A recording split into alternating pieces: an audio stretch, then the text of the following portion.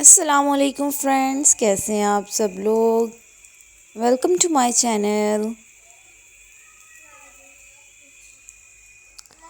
तो जी आज अचानक से इतनी तेज़ बारिश हुई। सुबह से तो कोई ऐसा मौसम भी नहीं था बारिश का।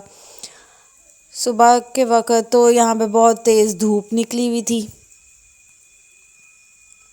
और कोई चांस ही नहीं था कि बादल आएंगे और बारिश होगी। तो बस पता ही नहीं चला, देखते ही देखते एकदम से इतने ज़्यादा बादल आ गए और बारिश जो है वो शुरू हो गई। इस कदर तेज़ बारिश हुई और फिर बारिश रुकने का नाम ही नहीं ले रही थी, मुसलसल बारिश हुई।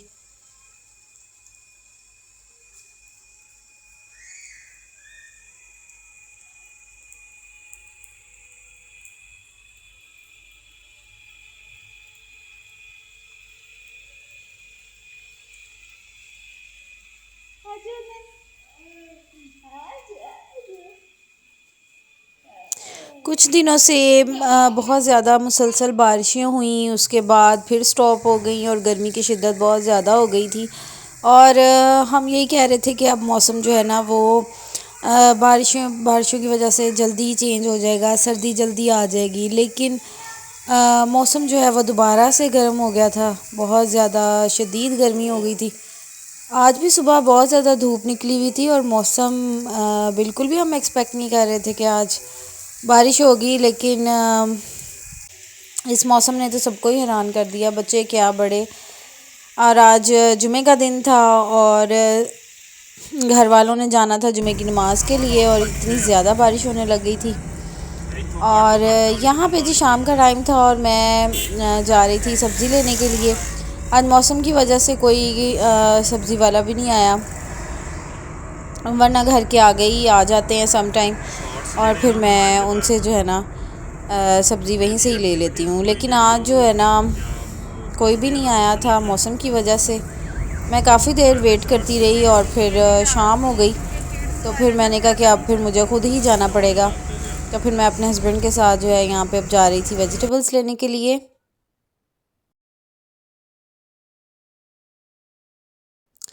यहाँ से जी मैं आ गई थी सब्ज़ी मंडी और बहुत ही मज़े का यहाँ पे मौसम था। आप देख सकते हैं आसमान पे अभी भी बादल जो हैं वो कितने प्यारे लग रहे हैं। इतना खूबसूरत सनसेट का व्यू आ रहा था। और बस जी यहाँ से अब मैं देख रही थी कि कौन कौन सी वेजिटेबल्स लेनी है और मैंने काफ़ी जो है पूरे वीक का स्टॉक ही ले लिया था, क्योंकि बार बार या रोज़ रोज़ भी जो है ना नहीं निकला जाता, या सम टाइम कुछ ऐसी सिचुएशन बन जाती है कि फिर कोई आपके पास ऑप्शन नहीं होती। तो इसीलिए मैंने 3-4 सब्ज़ियाँ जो है ना वो इकट्ठे ही बाय कर ली थी।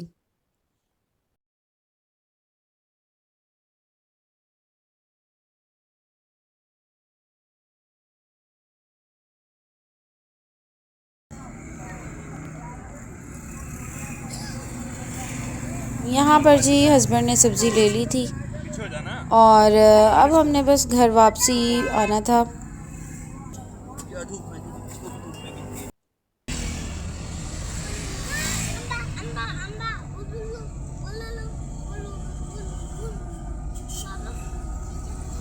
और जी मौसम इतना प्यारा था और ख़ूबसूरत था, ठंडी हवाएं चल रही थी।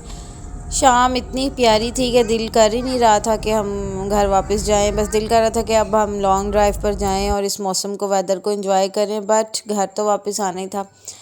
खैर यहाँ पे मैं घर आ चुकी थी वापस और रूम में थोड़ा सा मैस हुआ हुआ था, काइंडली इग्नोर करें। तो बस ये उसके बाद सारी वेजिटेबल्स लेकर मैं किचन में आ गई थी और अब बस नेक्स्ट जो काम होता है वो डेफ़िनेटली इनको समेटने वाला होता है। तो चीज़ तो हम लेकर आ जाते हैं, लेकिन अगर उसे ध्यान से समेट कर ना रखा जाए तो फिर जो है ना वो ख़राब हो जाती है। यहाँ पे अगर ख़ुद उतर के मैंने गाड़ी से वेजिटेबल्स नहीं ली थी तो जनाब उसने, सब्ज़ी वाले ने, कुछ थोड़े से जो है ना ख़राब टमाटर शॉपर में डाल दिए थे। चीज़ जब भी लें आप प्रेफर किया करें ख़ुद उतर के देख कर चीज़ जो है ना वो लिया करें। बस सम टाइम ऐसे होता है ना कि बस हस्बैंड थे तो उन्होंने ख़ुद ही ले ली फिर वेजिटेबल्स। और यहाँ पर जी मैंने सारी वेजिटेबल्स को जो है वो अच्छे से संभाल लिया था, समेट के रख दिया था। और साथ ही साथ फिर मैंने कहा चलें एक तरफ मैंने कद्दू जो है ना उनको छील कर बॉयल होने के लिए रख दिया था, तो क्योंकि मैंने सालन बनाना था। उसके बाद मैंने कहा साथ ही साथ खड़े खड़े चले मैं ये करेले छील कर इनको भी नमक लगा के काट के रख लेती हूँ।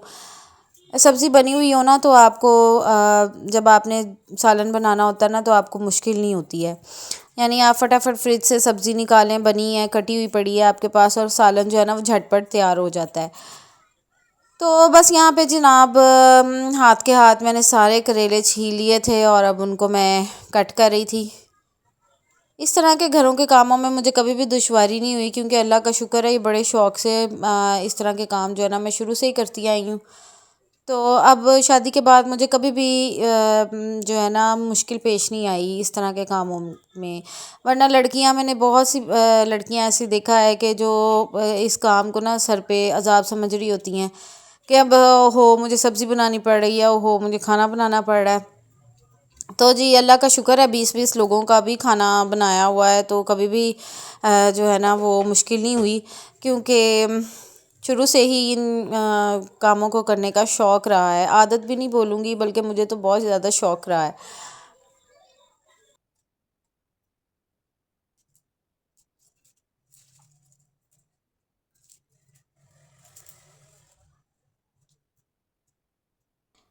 यहाँ पर जी करेले बनकर रेडी हो गए थे, और उन्हें मैंने नमक लगा के रख दिया था 3-4 घंटे के लिए। और उनका पानी जो है ना नमक लगाने की वजह से ना करेले जो हैं वो कड़वा पानी जो है अपना रिलीज़ कर देते हैं। और फिर उनको मैंने जो है ना प्रेस करके हाथों में मैंने ड्रेन कर लिया था वाटर अच्छी तरह से उनका, और फिर उसको मैंने चॉपर में डाल के फ्रीज़ कर दिया था। जब फिर मैंने बनाने होंगे मैं इजीली निकाल के जो है ना फिर बना लूँगी। उसके बाद मैंने यहाँ पे पालक भी ले ली थी, और पालक मैं साफ़ कर रही थी, लेकिन पालक जो है ना इतनी ज़्यादा गंदी थी, आप देखें कि लोग जो हैं किस तरह से चीज़ों के अंदर जो है ना वो फ्रॉड कर जाते हैं। इतने ज़्यादा इसके अंदर जो है ना वो पालक बस बहुत ज़्यादा गंदी थी। खैर इसको मैंने बहुत ज़्यादा ध्यान से पत्ते जो है ना इसके मैंने साफ़ किए, और बहुत ज़्यादा मुझे टाइम लगा ये इस काम को भी करने में। यहाँ पे बेसिकली मैं अपने ना वीक की मील प्लानिंग कर रही थी। इससे ये होता है ना कि अगर आप वीकेंड पे प्लानिंग कर लेते हैं तो आपको पूरा वीक जो है ना मुश्किल नहीं होता कि आज हम क्या बनाएं।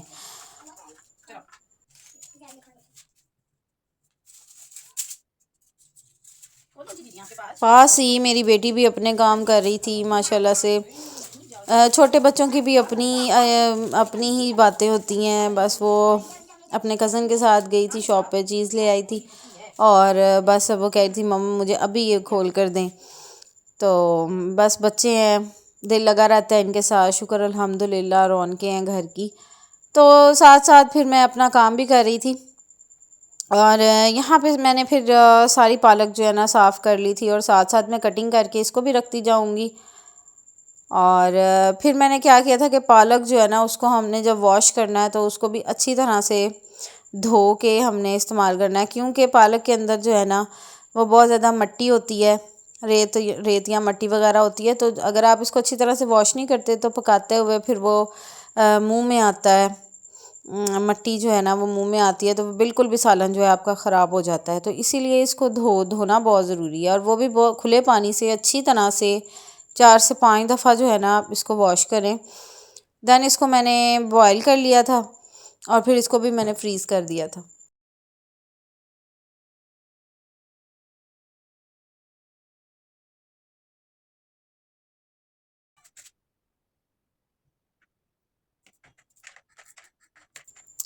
और जी सारी पालक जो है उसको भी मैंने बना के रख लिया था साइड पे। यहाँ पे मेरे पास फलियाँ भी पड़ी हुई थी, तो क्योंकि ये भी हमारे घर में शौक़ से खाई जाती हैं, तो फिर इनको भी मैंने जो है ना बहुत ही ध्यान से देखकर साफ़ कर लिया था। वैसे ये ना मैं लेकर तो आ गई थी, लेकिन ये फ़्रेश नहीं लग रही थी मुझे, और बस ये भी बहुत ज़्यादा ध्यान से साफ़ कर रही थी मैं।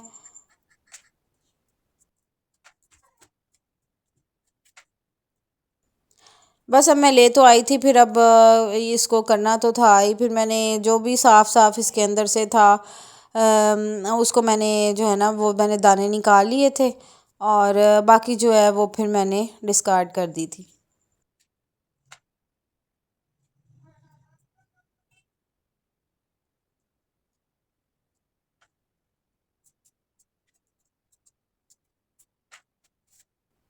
यहाँ पर जी सारे दाने मैंने निकाल लिए थे, और यहाँ पे बिल्कुल जो है पालक भी और फलियाँ दोनों मैंने निकाल के जो है ना साफ़ करके रख ली। यहाँ पर जी मैं बनाने लगी थी अब वाइट सॉस पास्ता। शाम हो गई थी। बस आज मैंने सारा दिन जो है ना अपनी वेजिटेबल्स को ही क्लीन किया, और बस सब्ज़ी बनाकर मैंने फ्रीज़ की है। तो अब बस भूख लग रही थी, मैंने कहा शाम का टाइम हो गया तो मैं अब वाइट सॉस पास्ता बना लूँ। चिकन जो है यहाँ पे मैंने मैरिनेट करके ऑलरेडी रख लिया था। इसको मैंने इसमें थोड़ा सा दही, सारे स्पाइसेस, जिंजर गार्लिक का पेस्ट सब डाल के ना इसको मैंने तकरीबन घंटे के लिए फ्रीज़र में रख दिया था मैरिनेशन के लिए।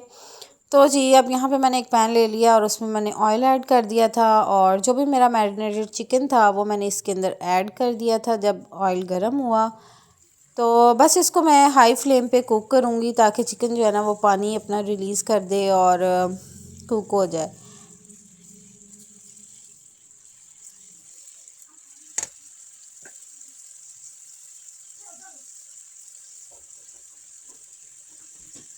जब भी आप इस तरह की चीज़ें बनाते हैं ना, कोई पास्तास वगैरह, तो चिकन को हमेशा पहले थोड़ी देर के लिए मैरिनेट करके रख दिया करें। इससे उसका फ्लेवर जो है ना वो ज़्यादा इन्हेंस हो जाता है, और अंदर तक सारे फ्लेवर्स जो है ना अब्जॉर्ब हो जाते हैं।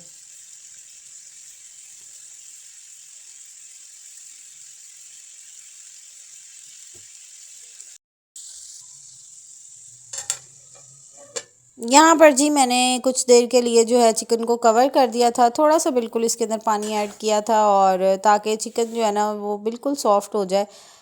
और बस इसको कवर करके मैंने कुछ देर के लिए पकाया है। उसके बाद यहाँ पर जी मैंने लीड उठाई थी, और पानी जो है इसका काफ़ी हद तक ड्राई हो गया था। तो बस जी अब इसके अंदर थोड़ा थोड़ा सा ऑयल था और पानी बिल्कुल कम था। अब मैंने इसको कवर करके नहीं पकाना, मैंने अपनी वेजिटेबल्स जो थी इसके अंदर ऐड कर दी थी, और कितना कलरफुल सी लुक आ रही है, इतनी वो मज़े की लग रही थी। और बस अब फ्लेम जो है मैंने हाई कर ली थी, और इसको मैं अच्छी तरह से सॉटे कर लूँगी चिकन के साथ ही वेजिटेबल्स को भी।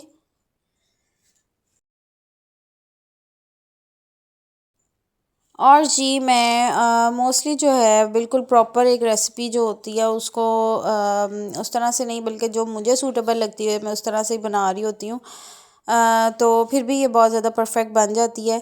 तो अगर आप लोग भी इस रेसिपी को फॉलो करेंगे, आई होप आपको भी अच्छी लगेगी। तो यहाँ पे जनाब सब कुछ जो है वो मेरा डन हो चुका था, वेजिटेबल्स भी और चिकन भी। तो मैंने उसको सेपरेट बाउल के अंदर निकाल लिया था, क्योंकि अब मुझे जो है वाइट सॉस रेडी करनी थी।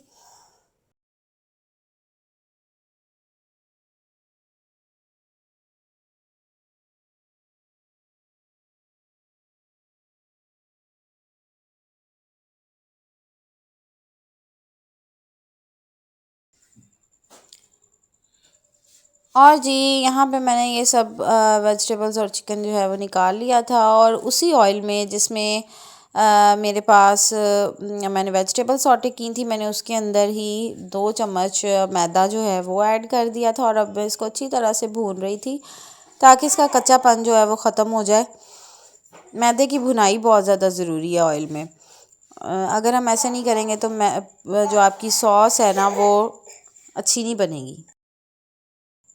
यहाँ पर जी मैदा मेरा बिल्कुल डन हो गया था। मैंने इसको 5 से 6 मिनट अच्छी तरह से भूना। उसके बाद मैंने 1 कप भर के इसके अंदर दूध का ऐड कर दिया था, और इसमें आपने मुसलसल जो है ना स्टर करते रहना है, क्योंकि लम्स ना रहें मैदे के, जो है ना इसके अंदर बिल्कुल भी लम्स नहीं आने चाहिए। तो इसको अच्छी तरह से हमने स्टर करना है।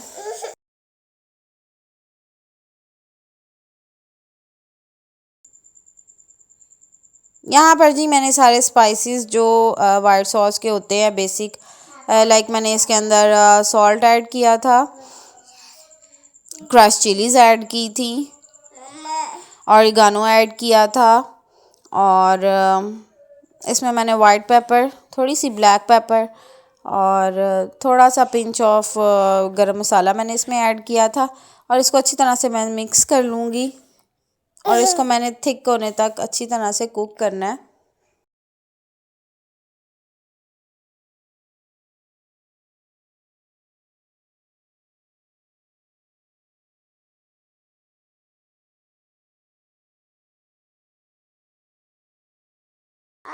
इस दौरान हमने चम्मच हिलाते रहना है ताकि यहाँ पे जो है ना इसमें लम्प्स ना बने।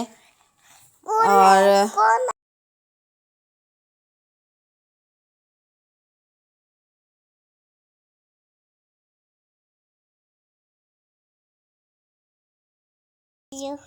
मम्मा कहाँ आ रही हो? बोलो कहाँ आ रही हो? कहाँ आ रही हो? कहाँ आ रही हो? कहाँ आ रही हो? चीजी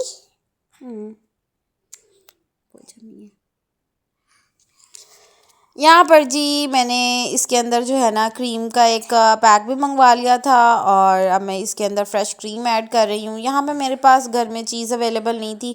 अगर आपके पास चीज़ हो तो आप वो भी ऐड कर सकते हैं, उससे और ज़्यादा क्रीमी सा टेक्सचर इसका बन जाता है और खाने में भी मज़ा आता है।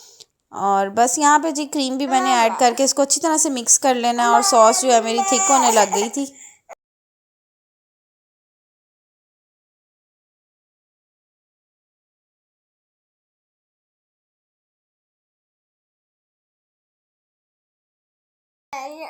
यहाँ पर जी वाइट सॉस भी बन के बिल्कुल रेडी हो गई थी और अब मैंने इसमें अपनी सारी वेजिटेबल्स और चिकन ऐड कर दिया था।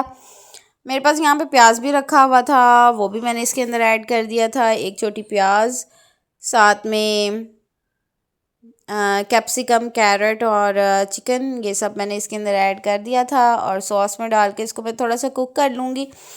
साथ ही यहाँ पे मैंने पहले से ही मैक्रोनी भी बॉईल करके रख ली थी, वो भी मैंने इसके अंदर ही ऐड कर दी थी। बस अब इसके अंदर सारी चीज़ों को जो है मैं अच्छी तरह से मिक्स कर लूँगी और पास्ता जो है मेरा बिल्कुल डन हो जाएगा। और यहाँ पे अभी आपको सॉस थोड़ी सी रनी लग रही होगी, वो ये है कि थोड़ी सी अभी ये कुक भी होगा कुछ देर के लिए और उसके बाद जब ये ठंडा होगा ना तो फिर ये बिल्कुल थिक हो जाएगी।